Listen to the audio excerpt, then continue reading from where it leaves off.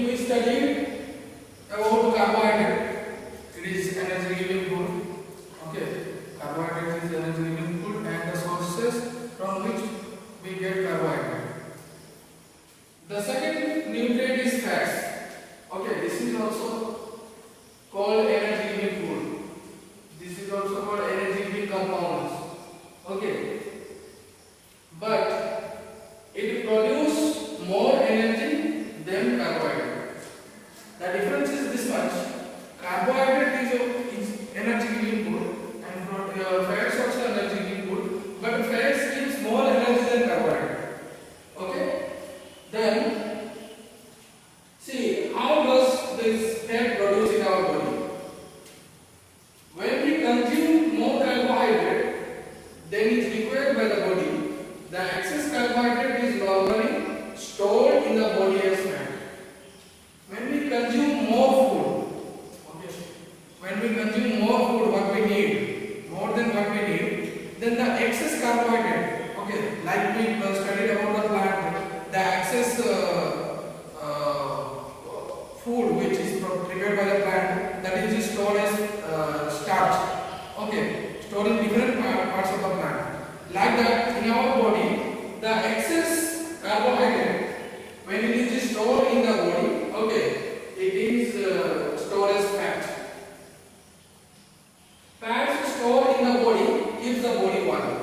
We have studied that last year, that fat, this keeps our body warm, okay, and it helps in cold places.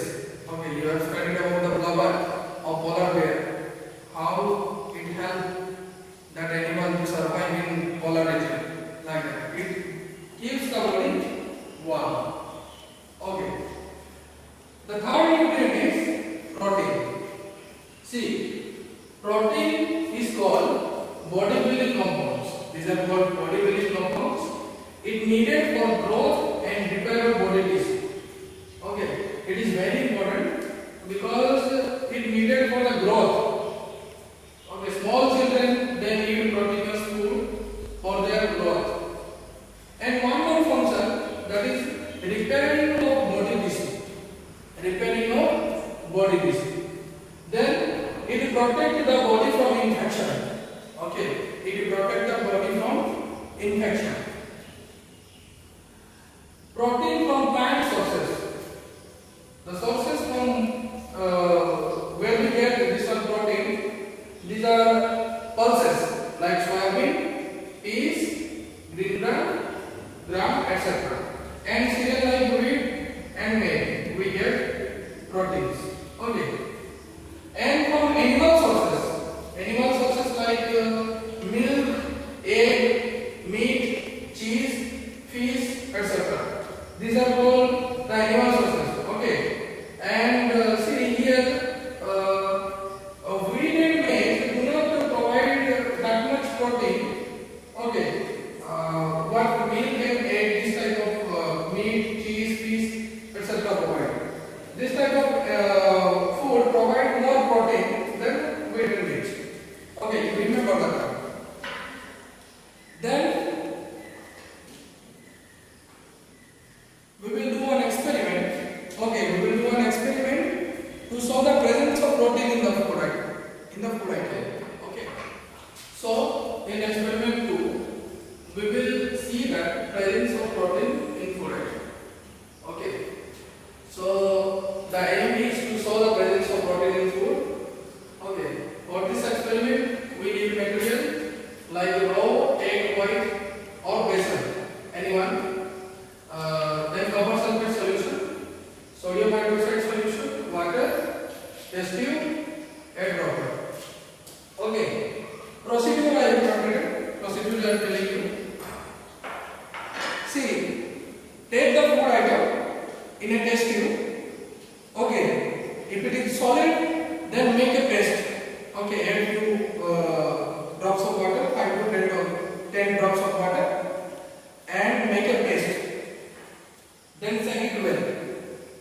You set the test tube well. Okay. Then add 2 to 3 drops of copper sulfate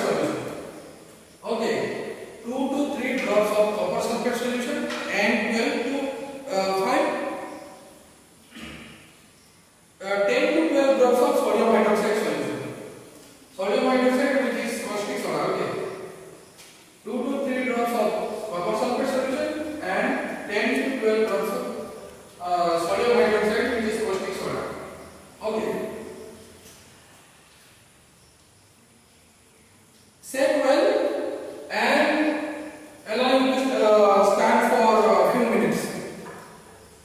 You wait for a few minutes and you observe what is happening there. See, after some times you will see the color of the solution is changing.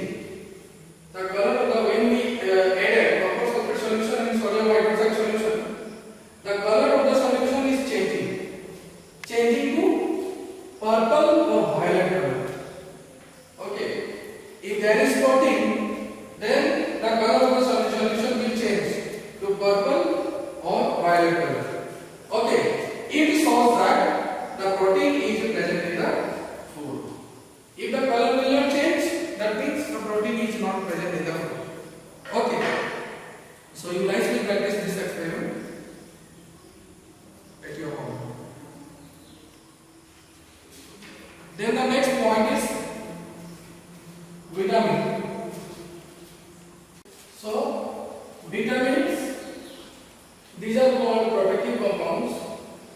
These are required in very small quantity in comparison to carbohydrate, fats and protein. Okay, the food which we eat, okay, they contain some vitamins. Okay, some of the carbohydrate, fats and protein what we eat, what we consume, okay, their vitamins are present. Okay, it is required in very small quantity. What is the function of protein? See, these are protective compounds. It protects our body from diseases. Then it helps in keeping our bone, teeth, gum and eye healthy. See, some of the vitamins I have written here. Okay, you can see, you can find all the vitamins in your book. But some of the vitamins I have written here and their functions. See, vitamin A. What is the function of vitamin A? Okay, it keeps eye and skin healthy. It keeps eye and skin healthy. Like the vitamin C, it keeps teeth, gum and bone healthy. And vitamin D keeps our bone and teeth strong. Vitamin K helps in clotting of blood.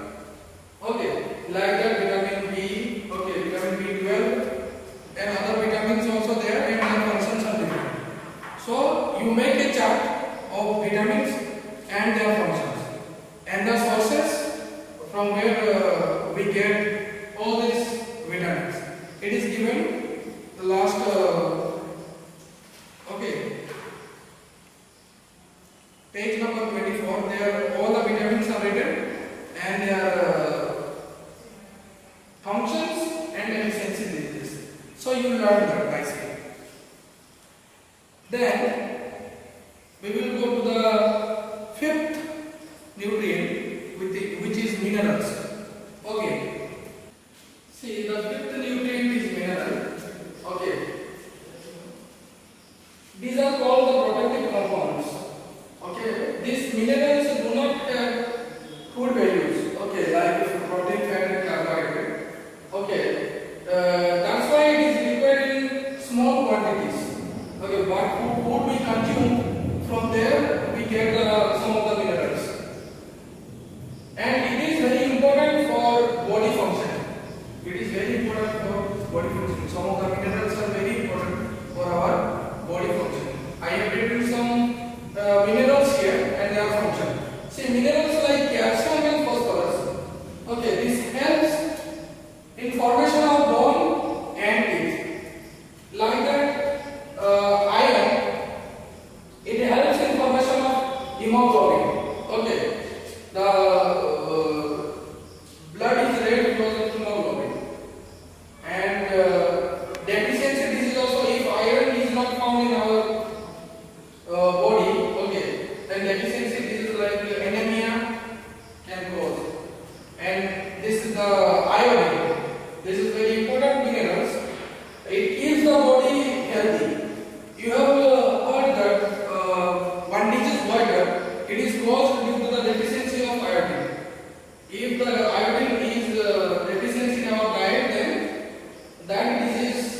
will cause. Okay, go ahead. Okay, the sixth nutrient is fiber. Okay, it is also known as roughage. See, it has non-nutritive value. Okay, it has non-nutritive value like protein, carbohydrate, fat. Okay, but it is important in the process, in the proper functioning of the body. Okay, it is important for the proper functioning of the body. It helps in the process of digestion. It helps in the process of digestion and it prevents constipation.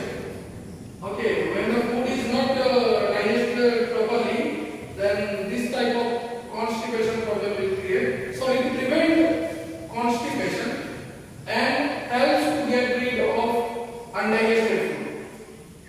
Okay, so fibers, from where we get this type of this fiber or roughage? See, vegetables like carrot and cabbage, and fruits, apple and peaches, grain like wheat and rice, and pulses like bean. From this food we get fibers. Okay, so you have to remember this one. It has non-nutritive value. It only helps in the process of digestion.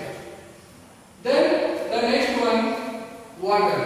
You know that our body, okay, it is made up of 70% of water. Our body, 70% of water is made of. Our body is made. Okay, so water is very important for our body because it helps to move the substances within the body and to absorb nutrients from food. The food what we are eating. Okay. So it is very important to get the nutrients what we are eating. See, so nutrients must be absorbed in our body. So this water helps to absorb nutrients from food and it helps in throwing out waste. It helps in throwing out waste like urine, okay, and sweat. Then it helps to maintain constant body temperature. This is the most important function of water, that it helps to maintain constant body temperature. So you learn what is fiber, okay, what is its function, and the sources from which we get these fibers. Then water, what is the importance of water? What do the water do to our body? Okay, it helps to move substances within the body, okay, in circulatory system, and helps to absorb nutrients from food and throwing out waste and maintain constant body temperature. Then we will go to balanced diet. What is balanced diet? See, as the term given, balanced diet, this means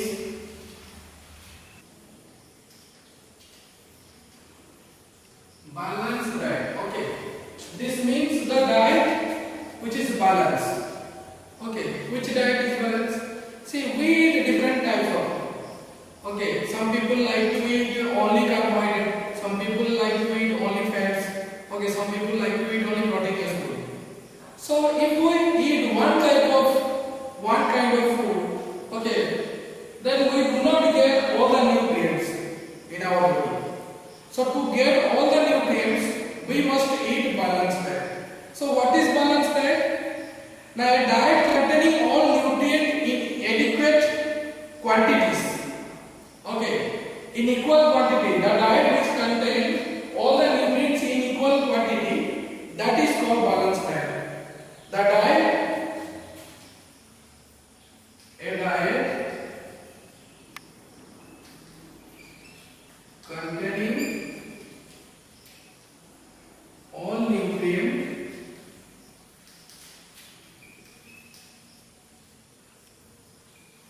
in adequate quantities. Okay, is called balanced diet.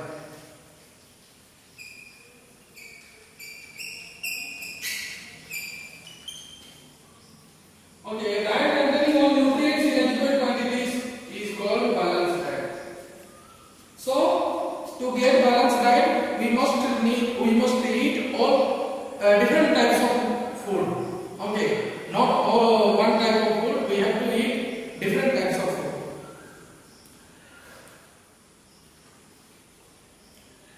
See, then we will study about deficiency disease.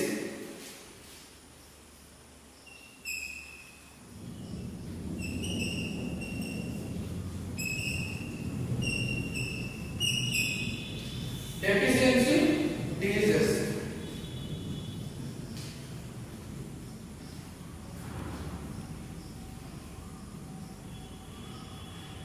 See, what is a deficiency disease? Disease which occurs due to the deficiency of one or more nutrients in the diet. Disease which occurs due to the deficiency of one or more nutrient in our diet. That is called deficiency disease. What food we are eating? If we are eating one type of food, then we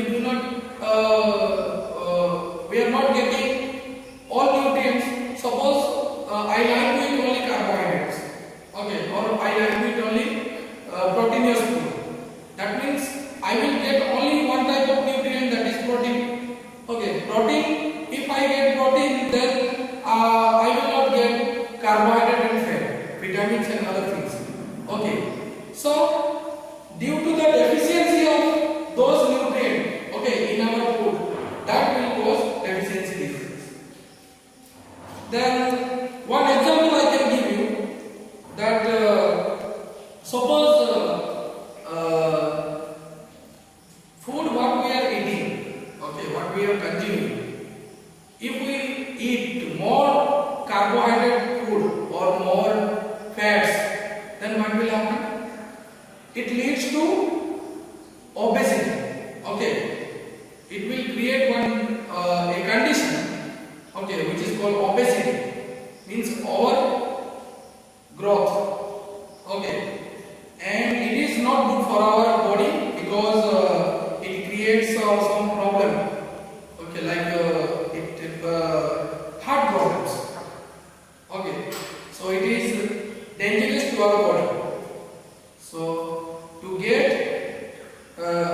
avoid that deficiency disease, we must eat balanced diet. So balanced diet is very important. Okay. Then we will study about deficiency of carbohydrate. If we do not get carbohydrate, then what disease will occur in our body? See, deficiency of carbohydrate, it leads to body weakness. It leads to body weakness. Our body will become weak and loss of stamina. So due to if we do not get carbohydrate, then it leads to body weakness and loss of stamina. Like that, deficiency of protein. If we are not eating proteinous food, then it creates some problem like stunted growth, okay, swelling of face, diarrhea, discoloration of hair, skin problem, swollen abdomen. See, you have heard the disease like kwashiorkor and marasmus. See, kwashiorkor is the deficiency disease which is caused due to the lack of protein. Okay, it is found in children. This is the protein deficiency disease. And marasmus, it occurs in children due to the deficiency of protein as well as carbohydrate. If the children is not getting protein and carbohydrate, this is like marasmus. It will occur in the children. Then in page number 24, there is a list of vitamins and minerals and their functions, deficiency disease, symptom and sources. It is written. So you have to do what? You have to learn all the vitamins and their function and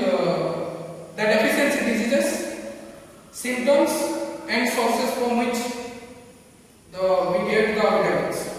That you have to buy it. Okay. So for today, this much. Then tomorrow I will come with a new chapter. Thank you.